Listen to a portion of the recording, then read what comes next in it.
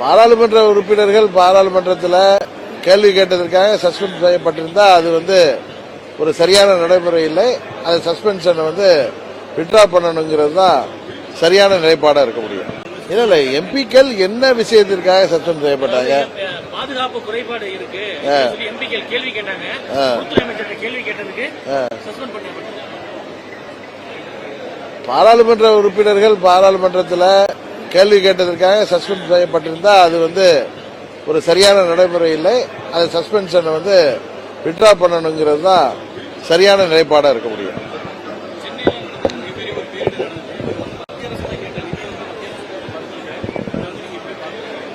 இப்ப இது வரைக்கும் கிட்டத்தட்ட 1000 கோடி கொடுத்திருக்காங்கன்னு நினைக்கிறேன்.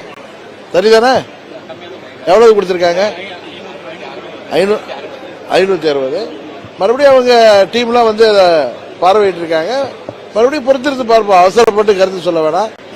தமிழ்நாட்டிற்கு அரசாங்கம் கேட்ட நிதியை மத்திய அரசாங்கம் தர வேண்டும் என இது ஒரு பெரிய பேரிடர் இழப்புன்னு தான் சொல்லணும். சென்னை பாதிக்கப்பட்டிருக்கு. அதுக்காக தமிழ்நாடு அரசாங்கம் கேட்கின்ற நிதியை மத்திய அரசாங்கம் கொடுத்து உதவிட வேண்டும் என்று உங்கள் வாயிலாக கோரிக்கை வைக்கிறேன். அடுத்து பாராளுமன்ற தேர்தலை நோக்கிய செயல்பாடு தான் நாங்கள் பண்ணிட்டு இருக்கோம்.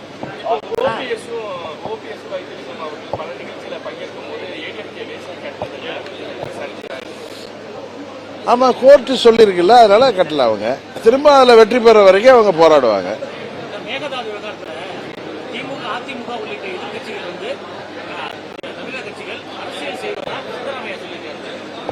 அதனால இது தமிழ்நாட்டு மக்களின் ஜீவாதார பிரச்சனை.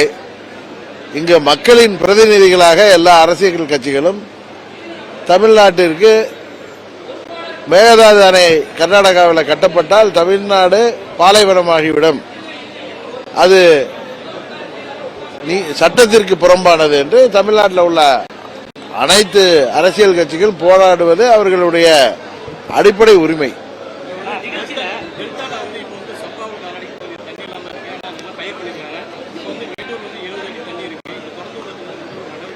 அரசாங்கம் இங்கே விவசாயிகளின் கோரிக்கைகளை நிறைவேற்ற வேண்டியது அரசாங்கத்தின் கடமை என்று முதலமைச்சருக்கு இந்த நேரத்தில் நான் நினைவூட்ட விரும்புகிறேன்.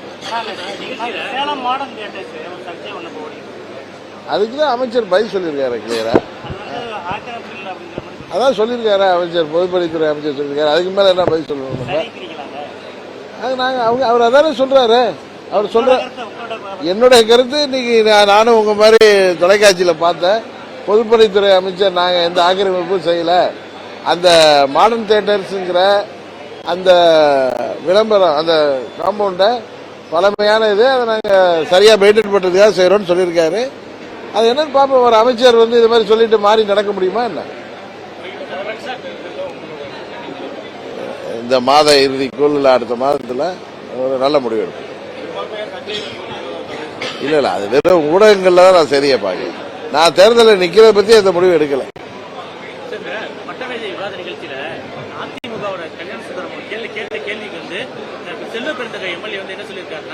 அதிமுக காங்கிரஸ் கூட்டணிக்காக அதிமுக வாசல்ல காத்திருக்கு அப்படின்னு சொல்லியிருக்காங்க. தம்பிதுரை எம்பி எப்போ காத்துக்கிட்டு இருக்காரு, காங்கிரஸ்ல கூட்டணி சேர்ந்திருக்காரு சொல்லி பேசியிருக்காரு. அது செல்வ பெருந்தை பேசியிருக்காருன்னா அது என்னங்கிறத நீங்க அவர்கிட்ட தான் கேட்கணும். எனக்கு அதை பத்தி ஒன்றும் தெரியல. பழனிசாமி எதை வேணாலும் செய்வார், அது ஒன்று எனக்கு தெரியும்.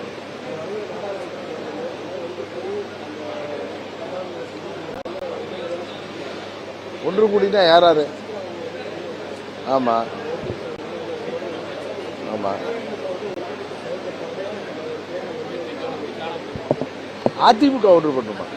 அதிமுக நாங்க அம்மா மக்கள் முன்னேற்ற கழகம் தவறான இடத்துல நீங்க கேள்வி கேட்கறீங்க. அதிமுகன்னு சொல்றவங்க நீங்க கேட்கணும். நான் என்னைக்கும் அதிமுக ஒன்று இணைன்னு நான் சொன்னது கிடையாது. அம்மாவின் தொண்டர்கள், உண்மையான தொண்டர்கள் அனைவரும் ஒன்றிணைந்து திமுக என்கிற தீய சக்தியை எதிர்த்து போராட வேண்டும் தான் சொல்லியிருக்கிறேன். உண்மையான அம்மாவுடைய தொண்டர்களாக இருக்கிறவங்க ஒன்றிணைவாங்க. சுயநலவாதிகள், பதவி வெறி பிடித்தவர்கள், பண வெறி பிடித்தவர்கள் அதுக்கு ஒத்து வர மாட்டாங்க. கடைசி வரைக்கும் அமமுக தான்.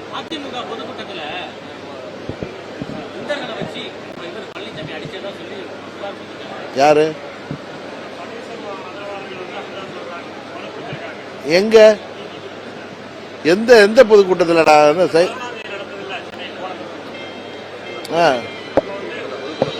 அவங்க பொதுக்குழுவா? ஜூலை 11. அப்ப உண்மைதானே, நம்ம தான் பார்த்தோமேங்க தொலைக்காட்சியில. உங்க தொலைக்காட்சியெல்லாம் நாங்க தான் பார்த்துருக்கோமே. உண்மையா இருக்கிறதுனாலதான் அதை போய் கம்ப்ளைண்ட் கொடுத்துருக்காங்க.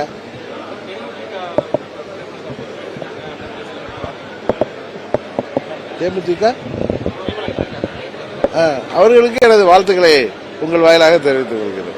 பாதகம் செய்பவரை கண்டால் நாம் பயங்கொள்ளலாகாது பாப்பா. மோதி மிதித்து விடு பாப்பா, அவர் முகத்தில் உமிழ்ந்து விடு பாப்பா. அண்மை செய்திகளை உடனுக்குடன் தெரிந்து கொள்ள இணைந்திருங்கள் இயம்நாடு தொலைக்காட்சியுடன்.